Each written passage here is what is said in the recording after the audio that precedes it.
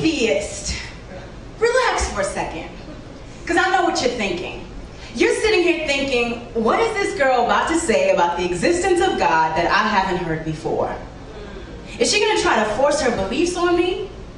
If we keep it real, you're tired of people twisting your arm to believe when there's no evidence to back it up. Truth be told, you believe in pure science rather than God. You believe that the universe as we know it came to being from a Big Bang. Now you may say, like many scientists, you think that the first life formed in some primordial soup over millions and millions and millions of years ago. But think about this. Was there any scientist there when it happened? Did any one of them ever observe it happening? Or do they have any proof of it happening? We all know the answer is no. See, on that basis alone, you have no reason to believe evolution, because it has not been observed. Therefore, it is not scientific. In order for something to be considered science, it has to be observed. Otherwise, it's blind faith. No one has ever observed a Big Bang, or even an ape mutating into a man for that matter. Not to mention, Nebraska Man was nothing more than a tooth connected to a mythological jawbone. The jawbone was connected to the skull, which was connected to a skeleton, which was then given a face, features, and fur.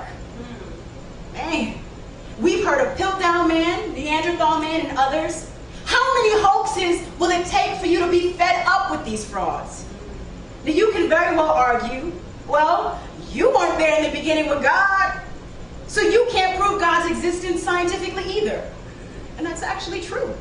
The fact is, neither one of us were there in the beginning, okay? So what we have to do is look at where the evidence falls. We have to look at the option that is most rational. Does life show intelligence, or is this all the result of chance? Well, the first purported proof, it's actually a logical proof for the existence of God that I'm going to present to you today, is actually the argument from design. What that says is that all design requires a designer. The universe has design. Therefore, the universe has a designer. Right? Now, on the atheistic worldview, there's no way to explain this good fortune. The atheist must put this down to chance. When we observe nature, whether on a small level like cells or protein, or a large level like the universe, we see precision and purpose. From that observation, we can infer that there is intelligence behind it all. John Hospers, a former professor of philosophy at USC, he said, "We all know pieces of clay don't come together by themselves and form bricks, nor bricks come together to form a house. That requires designing activity of human beings."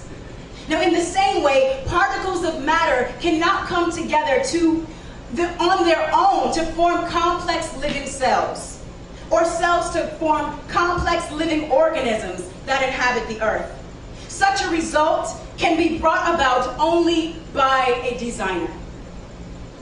If I asked you if you understand what's on this page, your answer would be no, right?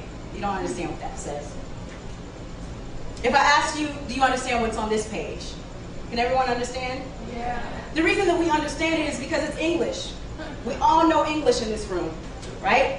But the thing is, even on that page, there's no information on that page, right? The reason that I say that is because there's only squiggles of ink, or there's only letters on that page. Because information actually is communication between minds. In order for minds to communicate, there has to be a common language which exists before any communication. For example, in order for an orchestra to play a work of Mozart's, they must all previously understand how to read music. They have to.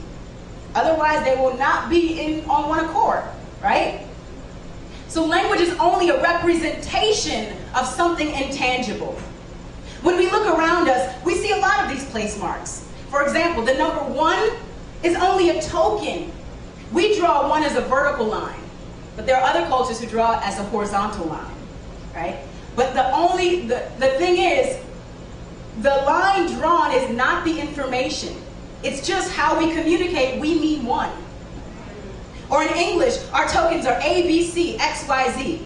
This is because letters and numbers are a non-physical entity to represent the information.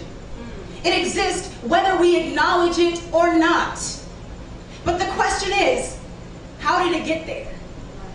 Before we began talking as a child, how did we recognize the language of our parents? If the information wasn't already in us to do so. Similarly, it's like this when we look into DNA. Like information which is already in us so that we can communicate, DNA contains information or a code to communicate. But before DNA could be useful, there had to be a language previously established. The genetic code had to exist before the existence of DNA and come from outside of DNA. The information found in DNA had to be imposed on the DNA by a mind. Language takes information.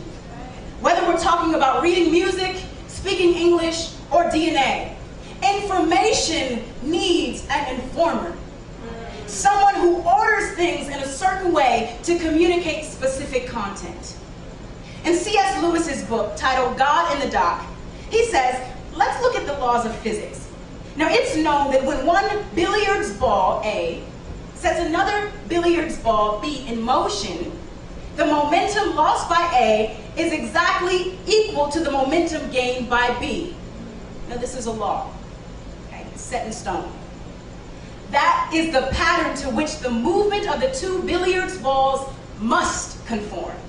There's no getting around it. But here's the catch. The law won't set it in motion.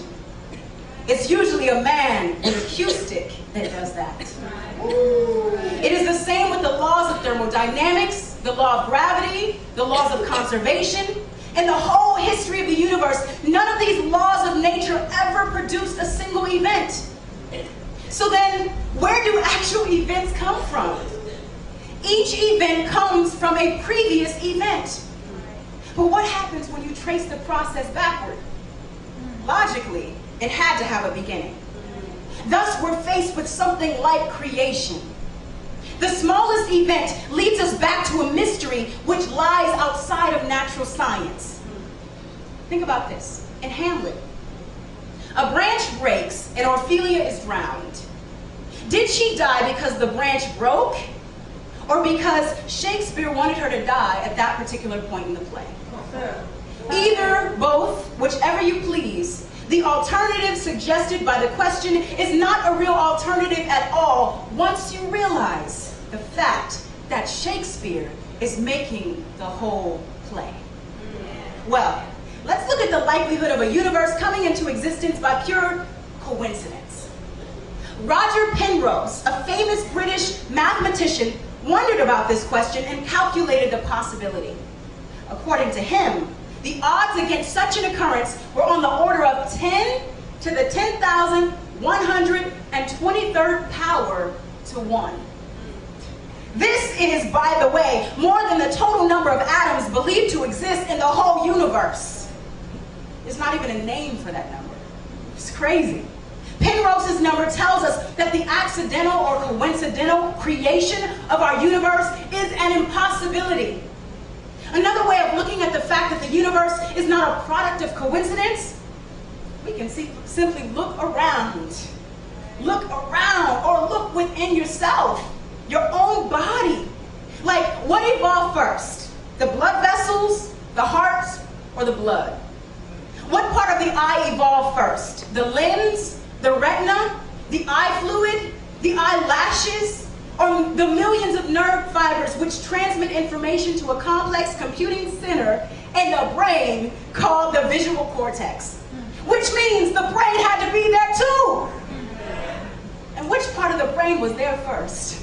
The auditory or visual part, the part which controls the movement? Darwin labeled this dilemma as the problem of organs of extreme perfection and complication.